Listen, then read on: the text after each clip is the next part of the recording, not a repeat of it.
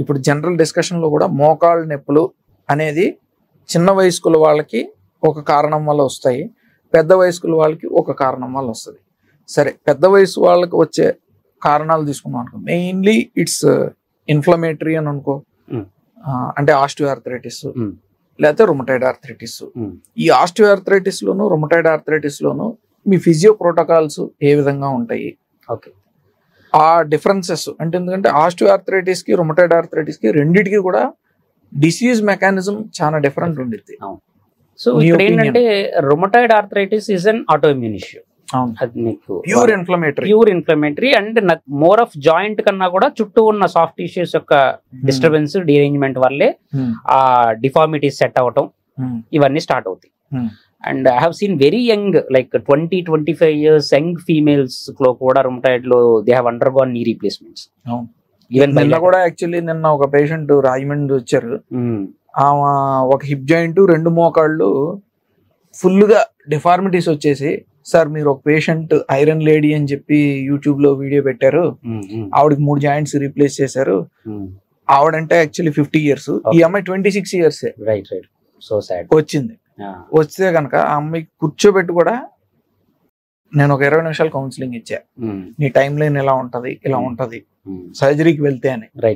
So I want అంటే exactly అలాంటి patients లో హౌ ఫిజియో హెల్ప్స్ అనేది. ఇక్కడ ఏంటంటే మీరు చెప్పినట్టు కొంతమందిలో ఇప్పుడు ఆఫ్టర్ కోవిడ్ ఎస్పెషల్లీ మనం చూసేవాళ్ళు ఈ ఆటో ఇమ్యూన్ ఇష్యూస్ చాలా ఎక్కువైపోయాయి.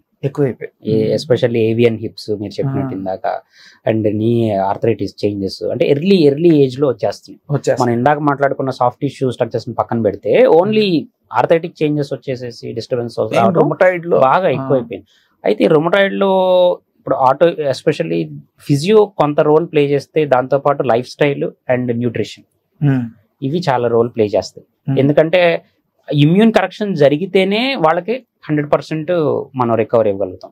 ఫిజియోథెరపిస్ట్ రోల్ ఏంటంటే ఇంకా డిటోరియేట్ అవ్వకుండా, డీజనరేట్ అవ్వకుండా చుట్టూ ఉన్న స్ట్రక్చర్స్ ని స్ట్రెంథన్ చేస్తూ, స్టెబిలైజ్ చేస్తూ, వాటికి అవసరమైతే కొంత సపోర్టివ్ ఎయిడ్స్, ఆర్థోటిక్స్ లాంటివి ప్రొవైడ్ చేస్తూ వచ్చే డ్యామేజ్ ని తగ్గించడానికి ఫిజియో హెల్ప్ చేయగలుగుతాడు, ఎస్పెషల్లీ రుమటాయిడ్ ఆర్థరైటిస్ కండిషన్స్ లో. Okay, coming to osteoarthritis, yes definite గా అంటే ప్రోగ్రెషన్ ని ఇప్పుడు మీరు చెప్తున్నట్టు grade 1, grade 2, grade 3, grade 4. So grade 4 obviously deformity, complete wear and tear ఉంటుంది, no space. So obviously they have to go for surgery, no other option.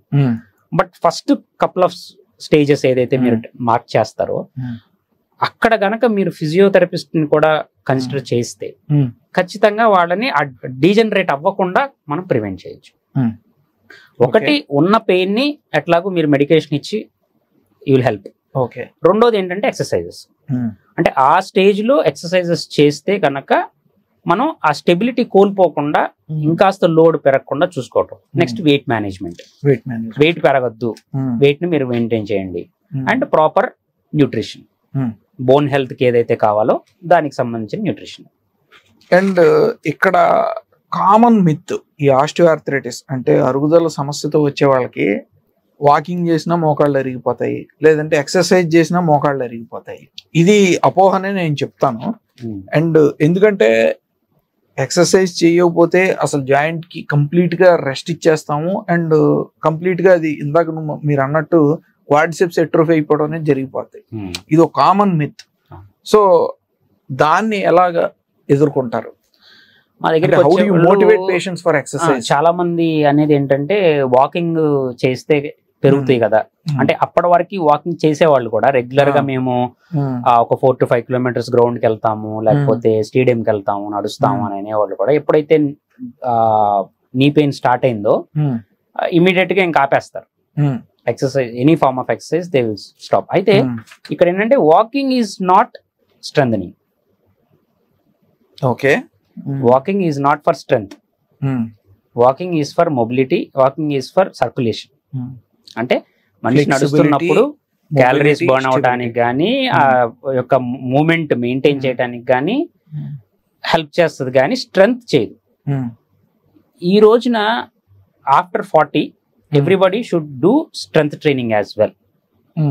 అంటే regular గా walking చేస్తున్నాము, సైక్లింగ్ చేస్తున్నాము అనే దాంతో పాటు కనీసం వారానికి 1 or 2 సెషన్స్ ఖచ్చితంగా స్ట్రెంగ్ కూడా చేయాలి.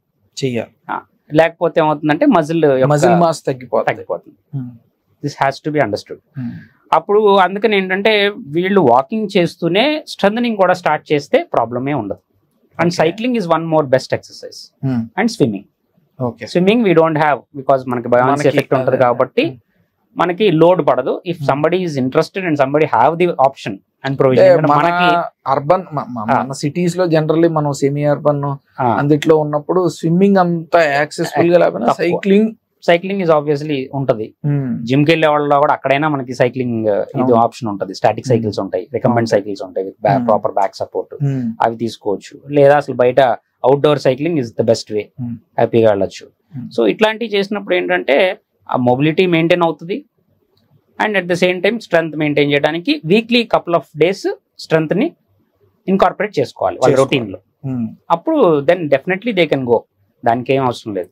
వన్స్ పెయిన్ తగ్గిన తర్వాత మళ్ళీ రాకుండా ఉండటానికి ఒకటి, మీరు ఎప్పుడైతే పెయిన్ తగ్గిస్తారో యాజ్ అన్ ఆర్థోపెడిక్ సర్జన్ మీ యొక్క రిఫరెన్స్ తో మీరు చేసిన తర్వాత వాళ్ళ ఫిజియోని కన్సల్ట్ అయ్యి చిన్న ఎక్సర్సైజెస్, బేసిక్ ఎక్సర్సైజ్ అదే ఇప్పుడు నేను చెప్పాను. ఎందుకంటే ఎందుకు కలవాలి అని అంటే ఇక్కడ ఏవి టైట్ ఏవి వీక్ ఈ స్ట్రక్చర్స్ ని అసెస్ చేసుకున్నాక దాన్ని బట్టి చేయాలి. ఎందుకంటే ఎవ్రీ పిల్ doesn't work for all issues, అంతే కదా. సో ఇప్పుడు సేమ్ పర్సన్ వచ్చినప్పుడు మీరు పర్సన్ బట్టి చేంజ్ చేసి మీరు మెడికేషన్ అడ్వైస్ చేస్తారు వాళ్ళకున్న కండిషన్ బట్టి, దీన్ని బట్టి. అట్లాగే మనం చూసిన తర్వాత వాళ్ళకున్న ప్రాబ్లమ్ బట్టి ఎక్సర్సైజెస్ చేయాలి.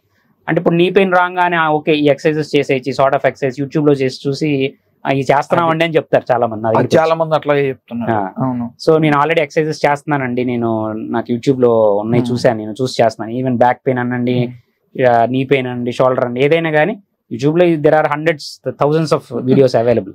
సో దాన్ని బేస్ చేసుకుని వాళ్ళు ఏంటంటే చేయడం స్టార్ట్ చేస్తారు.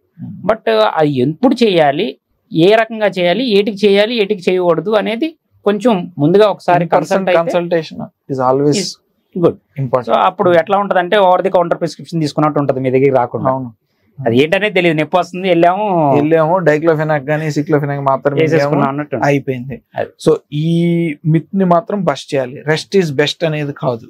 Rest, see we are as a human we need to move